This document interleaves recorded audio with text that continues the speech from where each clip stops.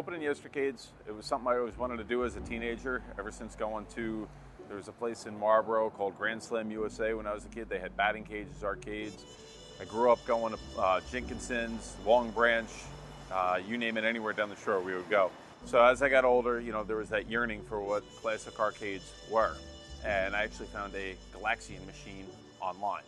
When I found that Galaxian machine, it was pretty cheap, it was pretty beat up. I said, you know what, let's pick it up, let's see what we can do with it. And before you knew it, one machine grew to 6, grew to 20, grew to 81, I think we have right now.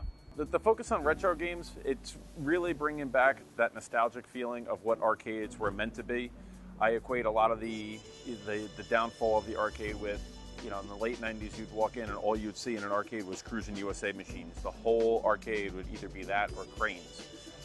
There's something to be said about games like Frogger, Donkey Kong, Pac-Man.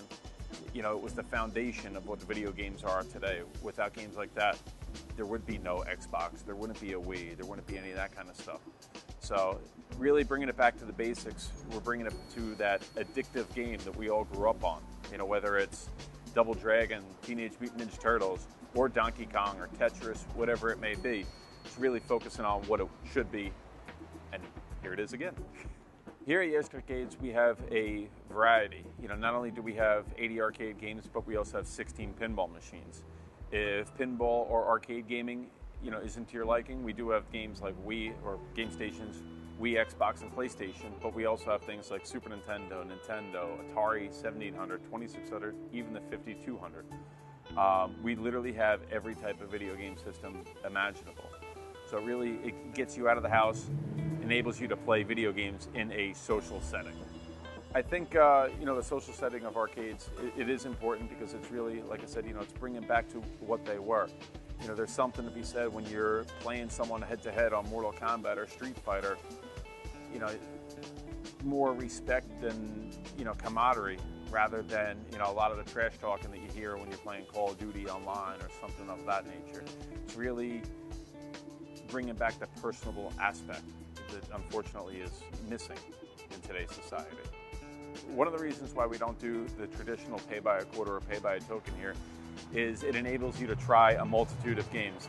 Let's face it, if you come here and you're coming here strictly for Street Fighter or Mortal Kombat or even Donkey Kong, chances are you're not going to drop a quarter, even though it's only a quarter, into a game like Clax or a game like Bad Dudes. But having them here, and since everything's set on free play, you're more likely to try new games from the nostalgic past and really create a quote-unquote nostalgia.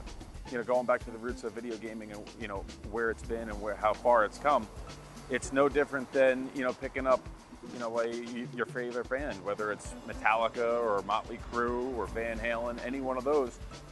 The deeper into it you get and the more you like the band, you always go back to what was their first album, what was their second album, what were their flops, and you like to hear it and you like to listen to it. It's the same type of thing with video games. You really want to see, hey, we're here, how did we get here and why?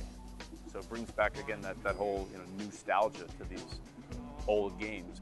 We do a lot of tournaments. We actually have a bi-weekly tournament with Red Bank Rumble. We do Mortal Kombat tournaments.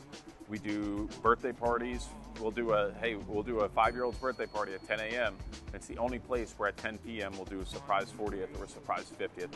So it's really interesting to see the crowd change from the morning to afternoon to late night.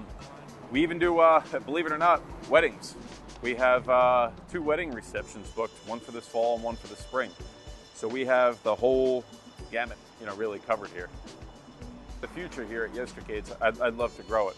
Whether or not it's grow it here or open a second location and really bring this environment to another town and really share, the fun and the excitement here. Or like I said, grow it, grow the parties and be able to do larger tournaments here, I think would be beneficial.